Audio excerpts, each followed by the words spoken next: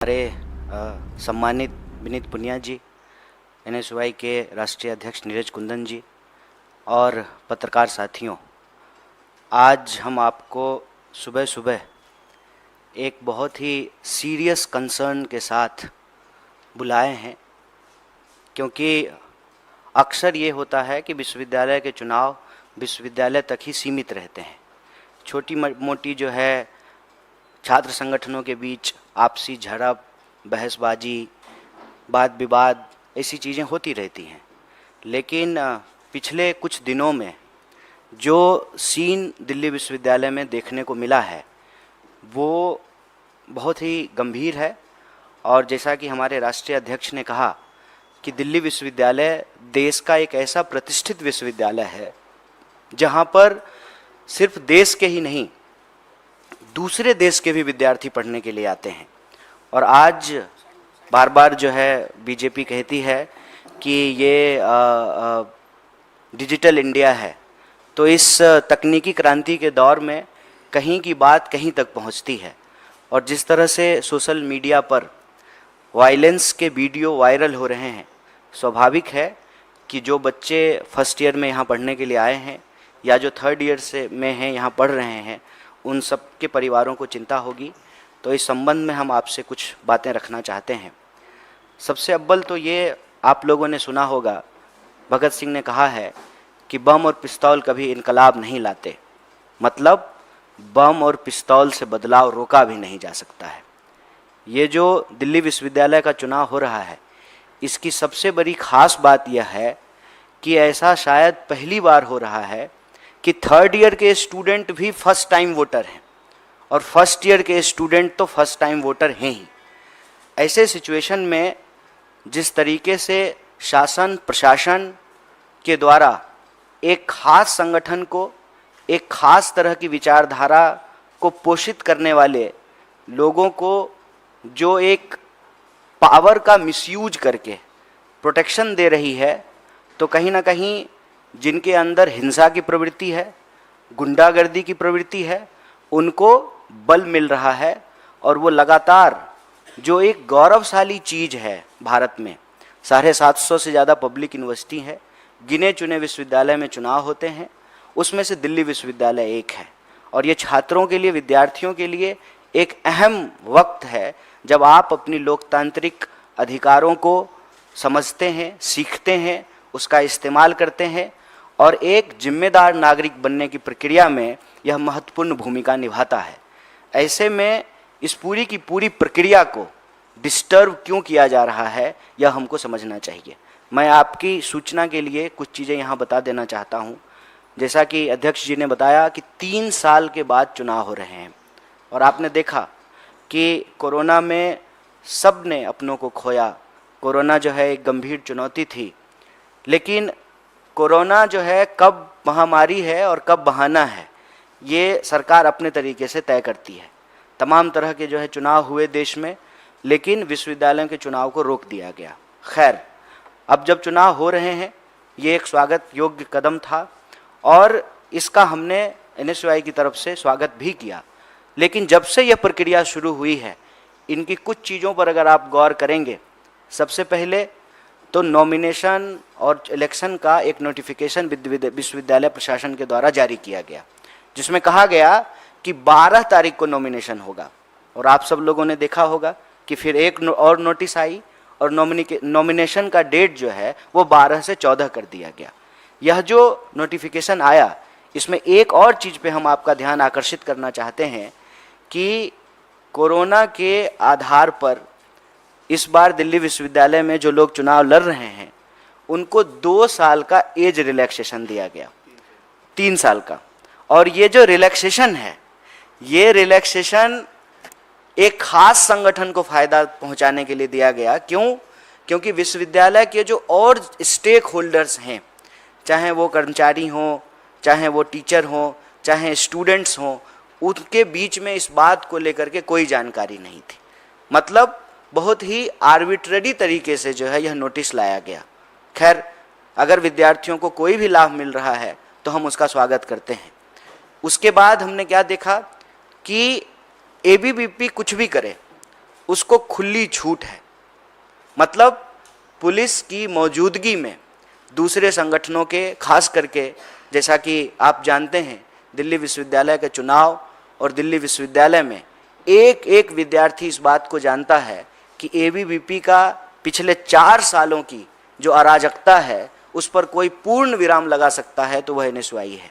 तो खास करके एनएसयूआई के जो वर्कर हैं, जो लोग एनएसयूआई के लिए प्रचार कर रहे हैं, समर्थक हैं, उनको डिस्टर्ब किया जाना शुरू हुआ। वो सामान्य तौर पे अगर अपने कॉलेज में हैं, कॉलेज के बाहर हैं, तो जो है उनकी अवैध गिरफ्तारियां शुरू हुई, पोस्टर फाड़े गए। और ये बात हम सिर्फ चुनाव के कॉन्टेक्स्ट में नहीं कर रहे हैं।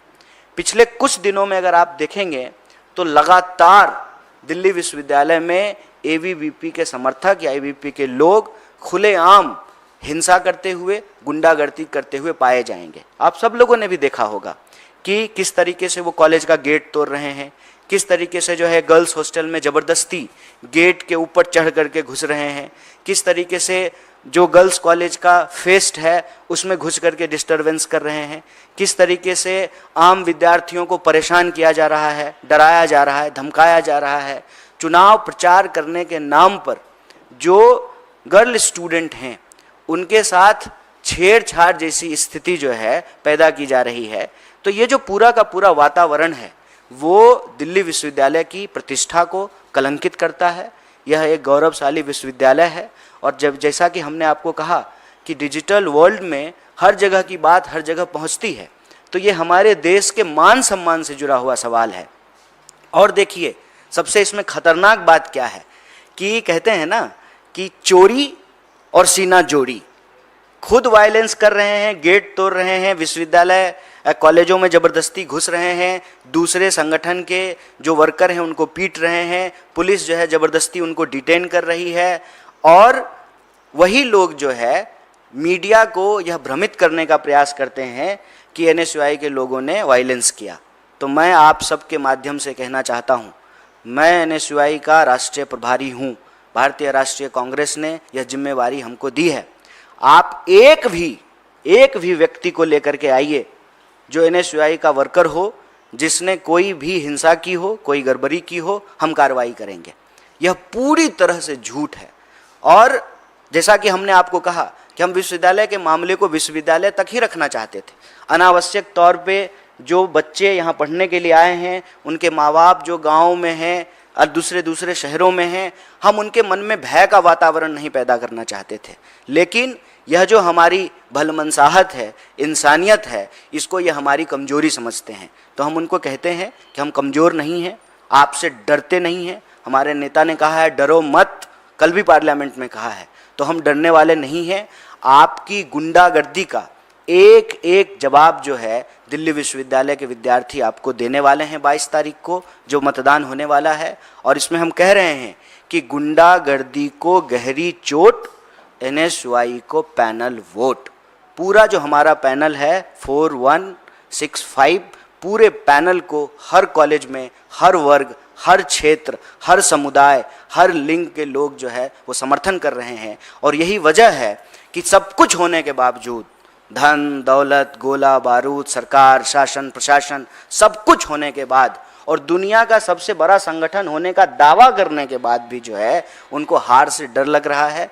लेकिन हम उनको कहना चाहते हैं चाहे कुछ भी हो जाए, हम दिल्ली विश्वविद्यालय के भीतर जो शिक्षा का माहौल है उस माहौल को हम बिगड़ने नहीं देंगे। शांति, सत्य, भाईचारा और लोगों के लिए शिक्षा का बुनियादी अधिकार, इसको हम सुरक्षित करेंगे। शिक्षा जो है वो हमारे लिए हमारा संवैधानिक बुनियादी अधिकार है। इसीलिए हम कहते हैं कि सबकी सस्ती अच्छी पढ़ाई हमारा बुनियादी अधिकार है। इसको हम किसी भी सूरत में जो है रोकने नहीं देंगे। और यह जो पूरा का पूरा वातावरण विश्वविद्यालय के अंदर बनाया गया है, इस वातावरण के खिलाफ भी जिस तरीके से हम देश के भी अन्य मुद्दों पर बढ़ चढ़ करके बोलते हैं, कैंपस के भीतर जो यह परिस्थिति एबीवीपी ने पैदा की है उसके खिलाफ भी हम बोलेंगे। और आपकी जानकारी के लिए बता दूं कि कल भी एक मेट्रो स्टेशन के बाहर जो हमारे पूर्वोत्तर के छात्र हैं उनके ऊपर नस्लीय टिप्पणी करके उनको जो है उनके ऊपर हमला किया गया, जानलेवा हमला किया गया। और आप अगर इस बात की तफ्सीस करना चाहते हैं तो आप विश्वविद्यालय जाकर के घूम करके देख लीजिए। आप जो है थाने में तो आपको कोई रिपोर्ट मिलेगी नहीं, क्योंकि जब पुलिस की मौजूदगी में ही, उनकी जो है उपस्थिति में यह कार्रवाई हो रही है, तो आपको ऐसा नहीं मिलेगा। और ये अलग अलग तरीके से, खास करके जो पूर्वांचल के विद्यार्थी हैं, जो पूर्वोत्तर के विद्यार्थी हैं, जो दक्षिण भारत के विद्यार्थी हैं, खास करके जो है उन विद्यार्थियों को ये डरा रहे हैं। और मैं तो कहता हूँ कि इनका इतिहास यही है। इसीलिए एबीवीपी जो लिखती है ना, ज्ञानशील एकता, दरअसल ये है अज्ञान अश्लील अराजकता। और यह बात जो है मैं आपको उदाहरण के साथ दे सकता हूँ। और साल भर 2 साल की बात तो छोड़ दीजिए, पिछले 1 महीने में जो है जितनी गुंडागर्दी और वायलेंस की घटनाएं एबीवीपी के लोगों ने की है, यह बहुत ही शर्मनाक है। और इसकी जिम्मेवारी जो है सरकार में बैठे हुए लोगों को लेना पड़ेगा, प्रशासन में बैठे हुए लोगों को लेना पड़ेगा। और वह जो कह रहे हैं कि एनएसयूआई के लोगों ने किया है, तो एक प्रश्न आप सबको भी पूछना चाहिए। मैं मीडिया के साथियों से आग्रह करता हूं कि गृह मंत्री उनका, दिल्ली पुलिस उनके अंदर में, दिल्ली विश्वविद्यालय का प्रशासन उनके अंडर में, यहाँ पर जो है एलजी उनके हैं, देश में सरकार उनकी है, पूरा का पूरा जो है उनकी हेजमनी है। उस वक्त जो है वो अपने वायलेंस को जस्टिफाई करने के लिए अनर्गल और झूठे आरोप लगा रहे हैं। हम आप सबके माध्यम से दिल्ली विश्वविद्यालय के विद्यार्थियों को और देश को भी, क्योंकि दिल्ली विश्वविद्यालय का सवाल अब सिर्फ विश्वविद्यालय का सवाल नहीं है, ये देश और समाज का भी सवाल है। हम आप सबसे यह आग्रह करते हैं और आपको आश्वस्त करते हैं कि आप धैर्य रखें। कोई भी परिस्थिति हो जाए, जो हमारा विचार है, जो हमारा एजेंडा है, उससे हम 1 इंच पीछे नहीं हटेंगे। और एजेंडा हमारा ये है कि इस बार पहली बार मैं आपको ये कहना चाहता हूँ कि दिल्ली विश्वविद्यालय में विमेंस एजेंडा लाया गया है। और उस एजेंडे की सबसे खास बात यह है कि महीने के 2 दिन, कम से कम 2 दिन जो मेंस्ट्रुअल लीव की बात की जा रही है, और इसको लेकर के दिल्ली विश्वविद्यालय की लड़कियों ने जिस तरीके से रिस्पॉन्ड किया है। खास बात यह है कि जब हमारे कैंपेनर कैंपेनिंग कर रहे हैं तो महिला शिक्षिका आकर के कहती हैं कि हमारे लिए तुम लोग क्यों नहीं कर रहे हो। तो जिस तरीके से समर्थन मिल रहा है हमारा स्टूडेंट सेंट्रिक एजेंडा को, जिस तरीके से कॉलेज के भीतर जो एनएसयूआई से जुड़े हुए लोग नहीं हैं, रेगुलर स्टूडेंट हैं, पढ़ने वाले विद्यार्थी हैं, जो क्लास करते हैं, लाइब्रेरी जाते हैं, घर से आते हैं, वापस घर को जाते हैं, वो तमाम विद्यार्थियों का एक व्यापक सपोर्ट मिल रहा है। क्योंकि हमारा जो एजेंडा है उसमें हम राजनीति नहीं खेल रहे हैं। हमारे लिए ये नहीं है कि दिल्ली विश्वविद्यालय का चुनाव जीतें और तुरंत से जो है भाजपा में मंत्री बनने का जो है विकल्प खुला हुआ है। जो सरकार में होते हैं उनके प्रति यह आकर्षण स्वाभाविक है, लेकिन हम तो विपक्ष में बैठे हुए हैं और लगातार इस देश के मुद्दों पर बात कर रहे हैं। और आप हमारे पैनल को भी देखिए, हमारा पैनल साधारण किसान बैकग्राउंड के बच्चे हैं जो स्कॉलरशिप से पढ़ करके दिल्ली विश्वविद्यालय में पढ़ने के लिए आए हैं। और हमारा जो पॉजिटिव एजेंडा है, जो पॉजिटिव वाइब है, उससे व्यापक तरीके से विद्यार्थी भी जुड़ रहे हैं और विद्यार्थियों की सेवा करने वाले लोग भी जुड़ रहे हैं। और हमारा जो पैनल है उसमें एक लड़की के पिताजी जो है वो आर्मी में थे, माताजी उनकी जो है किसान हैं, तो वो समझते हैं कि सेवा का क्या मतलब होता है। इसीलिए हमने कहा कि चाहे देश में कोई भी इश्यूज हो, मणिपुर की अगर आप बात करें तब भी ये चुप रहे, महिला पहलवानों की बात करें तब भी ये चुप रहे, विश्वविद्यालय का बजट कट किया गया तब भी ये चुप रहे, हर साल जो डूसू का बजट था उसका क्या हुआ, दिल्ली विश्वविद्यालय ने उस बजट को क्या किया, उस पर भी ये चुप हैं। और जब चुनाव नज़दीक आ गया है, इनको लगता है कि हम हार जाएंगे और सरकार में जो बैठे हुए लोग हैं उनके सामने एबीवीपी के जो नेता हैं उनकी इज्जत जो है वो दांव पे लगी हुई है। तो जो उनका असली कैरेक्टर है ना, कहते हैं ना कि परीक्षा के वक्त लोगों का असली चरित्र बाहर निकल जाता है, तो ये जो ज्ञानशील एकता का दावा करने वाले हैं उनकी अज्ञानता, अश्लीलता और अराजकता सामने आ गई है। क्यों? क्योंकि उनके सामने एक डेमोक्रेटिक पैनल है, जो पैनल इस बात को सुनिश्चित करने की कोशिश कर रहा है कि चुनाव का परिणाम चाहे जो भी हो, हम विद्यार्थियों के लिए जैसे सतत लड़ते रहे हैं हम आगे भी लड़ते रहेंगे। और आप लोगों के नोटिस के लिए बताना चाहता हूँ, जब पहलवान आंदोलन हो रहा था ठीक उसके बगल में जो नॉर्थ ईस्ट के स्टूडेंट थे वो बगल में बैठे हुए थे और उनके ऊपर किसी का ध्यान नहीं जा रहा था।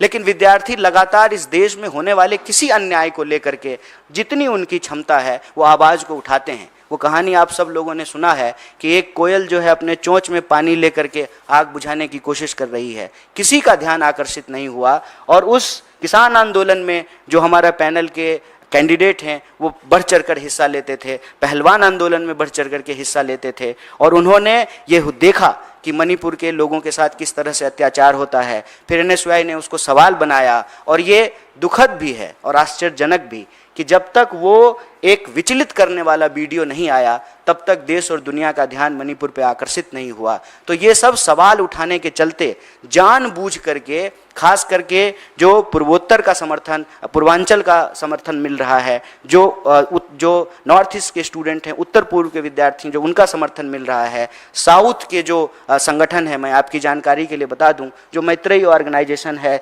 केरला का, उसका जिस तरीके से समर्थन मिल रहा है, तो AVP कहीं ना कहीं घबराई हुई है। और जो हमारा पॉजिटिव एजेंडा है, मैं बार बार कह रहा हूं, उसको डिरेल करने की कोशिश कर रही है।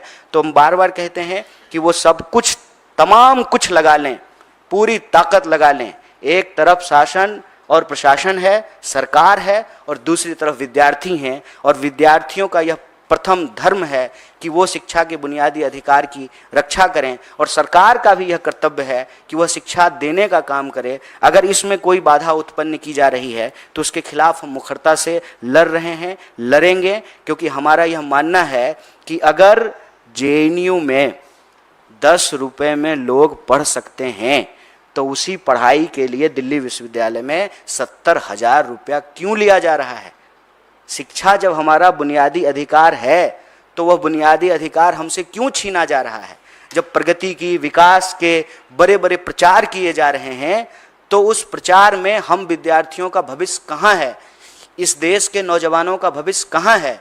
जब सबसे प्रतिष्ठित विश्वविद्यालय में, देश की राजधानी में, जहां पूरा का पूरा शासन प्रशासन बैठा हुआ है, उसके नाक के नीचे दिन दहाड़े विद्यार्थियों के साथ अगर हिंसा हो रही है तो यह बड़ा ही शर्मनाक है। और इसी बात को आप लोगों के संज्ञान में लाने हेतु, और जो लोग आपके माध्यम से, देश के लोग इसको देख रहे हैं, उनके संज्ञान में लाने के लिए यह प्रेस कॉन्फ्रेंस किए हैं। और हम विद्यार्थियों को भी और अभिभावकों को भी यह आश्वस्त करते हैं कि सब कुछ होने के बावजूद, पूरा का पूरा ताकत लगाने के बावजूद, जो हमने कहा कि भगत सिंह ने कहा है कि बम और पिस्तौल इनकलाब नहीं लाता, तो बम और पिस्तौल जो है वो बदलाव को रोक भी नहीं सकता है। दिल्ली विश्वविद्यालय एक नई करवट ले रहा है और शांतिपूर्ण तरीके से, सौहार्दपूर्ण तरीके से सबकी सुरक्षा को सुनिश्चित करते हुए, चाहे वो महिला हो या पुरुष हो, चाहे वो पूर्वांचल के स्टूडेंट हों या नॉर्थ ईस्ट के स्टूडेंट हों, साउथ के हों, भारत के किसी भी इलाके से आए हुए जो विद्यार्थी हैं, उनको कोई नुकसान नहीं पहुंचने देंगे। और NSY का एक एक कार्यकर्ता आखिरी दम तक विश्वविद्यालय का माहौल ठीक बना करके रखेगा। और हम पूरी ईमानदारी से जिस तरीके से स्टूडेंट्स एजेंडा बनाए हैं, स्टूडेंट्स से फीडबैक लेकर के बनाए हैं, महिलाओं से फीडबैक लेकर के बनाए हैं, इस पॉजिटिव वाइब के साथ, इस पॉजिटिव एजेंडे के साथ हम चुनाव में जाएंगे। और हमको पूरा भरोसा है कि आगामी 22 तारीख को, यानी कल, जो हमारा पैनल है किसानों का, जवानों का और इस देश में संविधान के जो मूल्य हैं उसको रक्षा करने का, यह पैनल जरूर जीतेगा। इसीलिए हमने कहा है कि ये पैनल है जय जवान का, जय किसान का, जय संविधान का। और जो हमारा पैनल नंबर है 4165, ये विक्ट्री होगी, और ये विक्ट्री होगी ये स्टूडेंट्स की, और ये हार होगी सरकार की अराजकता की। यही बात मैं आप सबसे साझा करना चाहता था। आप सब लोग बिल्कुल शॉर्ट नोटिस पे यहाँ आए और सुबह सुबह आए, पार्लियामेंट भी चल रहा है, फिर भी आपने जो है विद्यार्थियों के एजेंडे को, दिल्ली विश्वविद्यालय के एजेंडे को महत्वपूर्ण समझा। इसके लिए हम आपका शुक्रिया अदा करते हैं।